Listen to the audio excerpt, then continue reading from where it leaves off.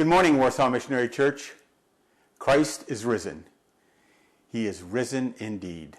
Yes, he is. Several years ago, when Diane and I were looking to buy a van, we found one we thought we liked, and so we took it for a drive. But when we got looking at it, it didn't have all the room that we wanted. So when we took it back to the dealership, we saw there was another van right next to it. And it had more room, it was a little newer, and you know what we did. We bought it. What was it that made that decision so simple? It was a side-by-side comparison. If you've ever bought anything on Amazon, you've probably seen that option. Compare with similar items. That's what we were doing that morning. That's what we're going to do today as well. We were comparing two lives, two choices, and the impact of those decisions. Romans 5, starting in verse 12. When Adam sinned, sin entered the world. Adam's sin brought death, so death spread to everyone, for everyone sinned. But there is a great difference between Adam's sin and God's gracious gift.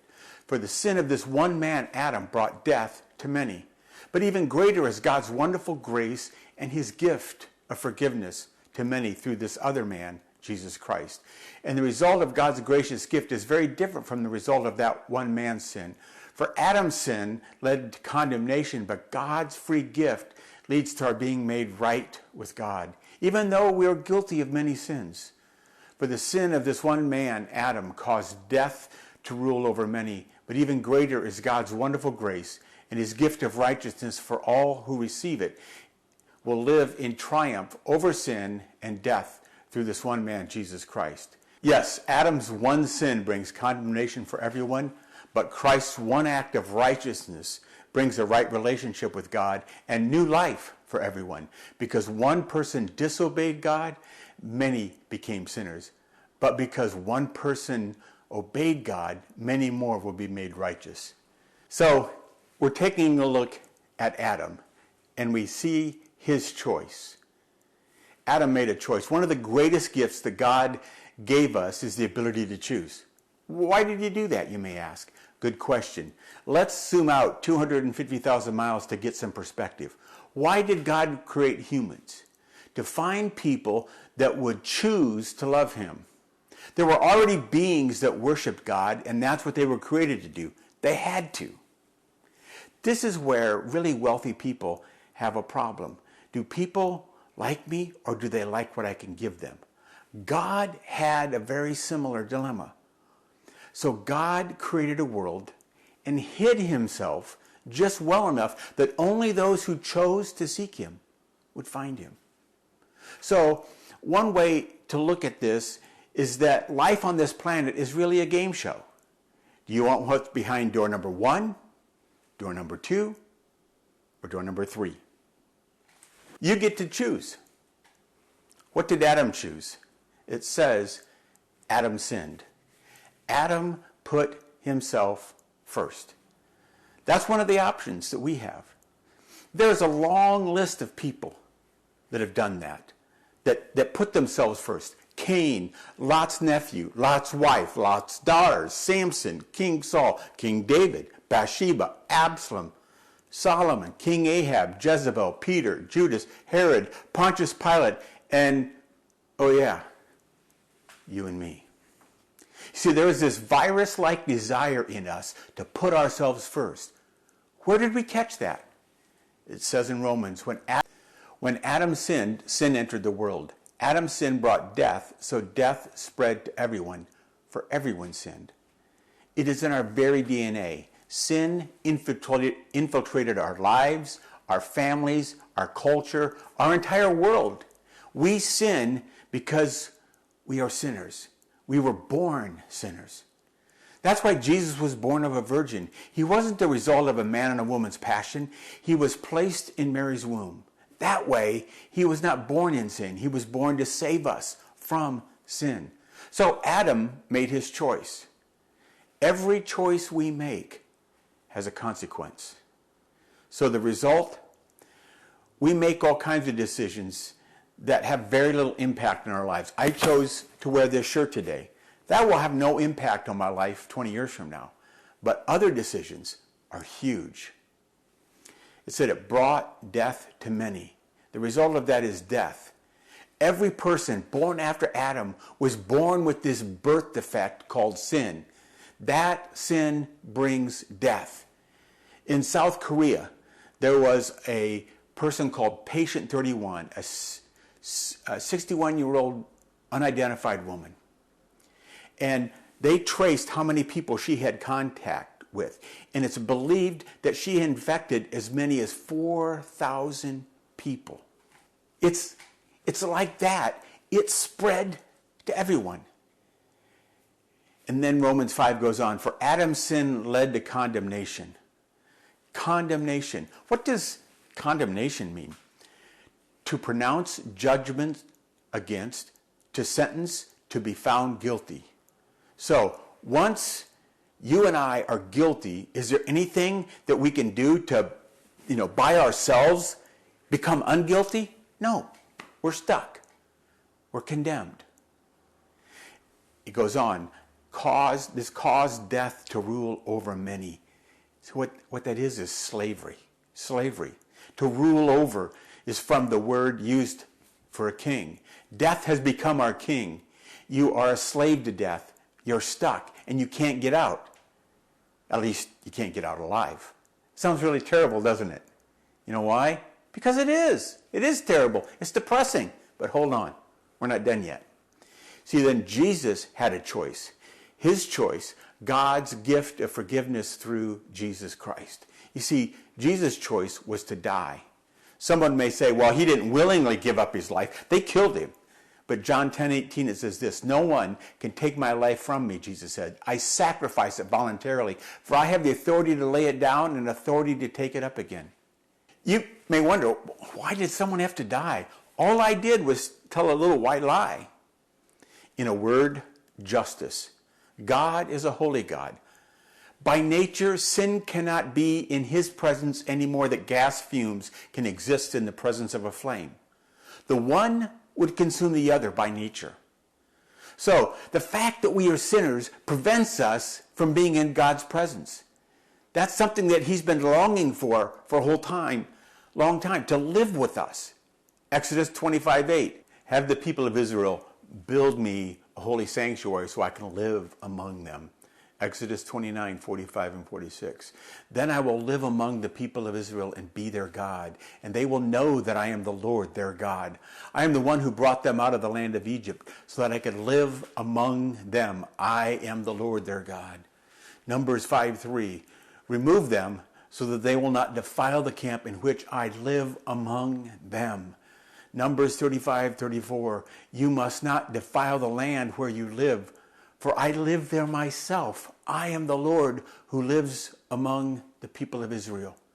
So, to fulfill God's longing to live with us, a price had to be paid. When I graduated from high school, shortly thereafter, I got a series of speeding tickets. Between ticket number 2 and number 3, I saw the judge that I had appeared before multiple times. It wasn't that I saw him, it's that I saw him, he saw me, we saw each other see each other kind of deal. And so when I went in for my third ticket, he put his hand over the microphone and he leaned down and said, we sure have been seeing a lot of each other lately, haven't we? And I said, yeah, a little bit more than I care to. And I thought, okay, this is going to be a piece of cake. The judge likes me. And the judge said, Mr. Chupp, how do you plead? And I said, guilty, Your Honor. And he said, Mr. Chupp, do you have your license with you? I said, yes, Your Honor. Mr. Chupp, I'm impounding your license for the period of 1 week.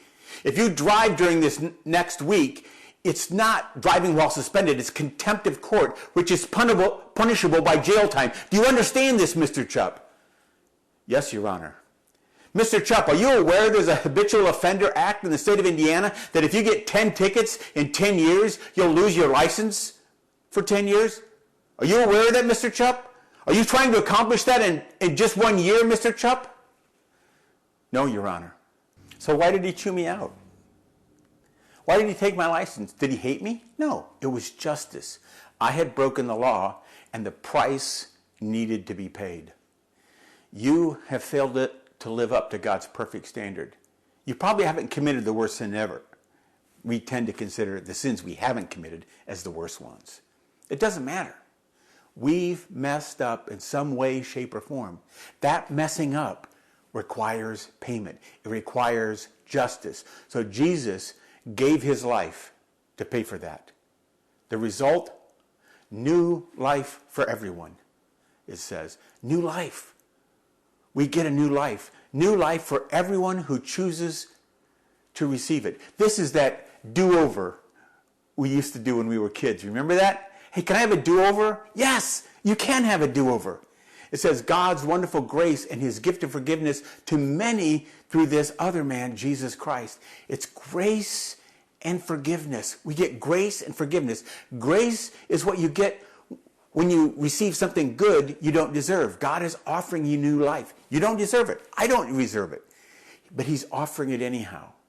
And forgiveness is cleaning up the past. Your record, as far as God is concerned, has been expunged. I like that word. You ever heard of someone's record being expunged? That means to strike out or to blot out, to erase, to obliterate. That's what happened to your record when you received God's gift. And Romans 5 goes on, to live in triumph over sin and death. That's freedom. Because of Jesus' death and resurrection, we now live in freedom. Yes, you still live in a world with sin and death, but you don't have to sin. You have victory over sin. Yes, we still have to go through the death experience, but death has lost its grip on you. It can't hold you because Jesus paved the way and proved his defeat of death by rising from the dead. Now, it's your choice. God's wonderful grace and his gift of righteousness for all who receive it. I can have a new life. Really? You might say, new? Yep. When God looks at you, he doesn't see your past sin because he's given you the gift of righteousness. It's like you put on this robe of righteousness, and that's what God sees. You have the righteousness of Jesus. He gave it to you, but there is a catch. You have to receive it. You have to receive the gift. God won't force it on you. You have to ask for it. How? Simply pray this prayer from your heart. Dear God, you are God, and I'm not. You sent Jesus to die for me. I need you to forgive the things I've done wrong in life. I need you to give me a new life. I ask you to come into my life. I want to learn to trust you. I want to learn to love you. I want to learn to love others the way you love me. So right now, I give you control of my life. I pray this prayer in Jesus' name. Amen. If you prayed that prayer, would you let me know? I would love to pray for you as you live this new life. You can email me at pastor@warsawmissionary.org. But we're not done. What's the result? Because one other person obeyed God, many will be made righteous. I know Paul was referring to the obedience of Jesus, but this also applies to you and me. Your choice to obey God will lead to many more coming to faith. That one person can be you. The next point is, I can share my new life with others. You can share your new life with others. You can still pick up the phone and call a friend. You can Zoom with other people. You can share this video with them. Just think of the difference that you can make in someone else's life. May you experience God's best as you live and share this new life we've been given in Jesus.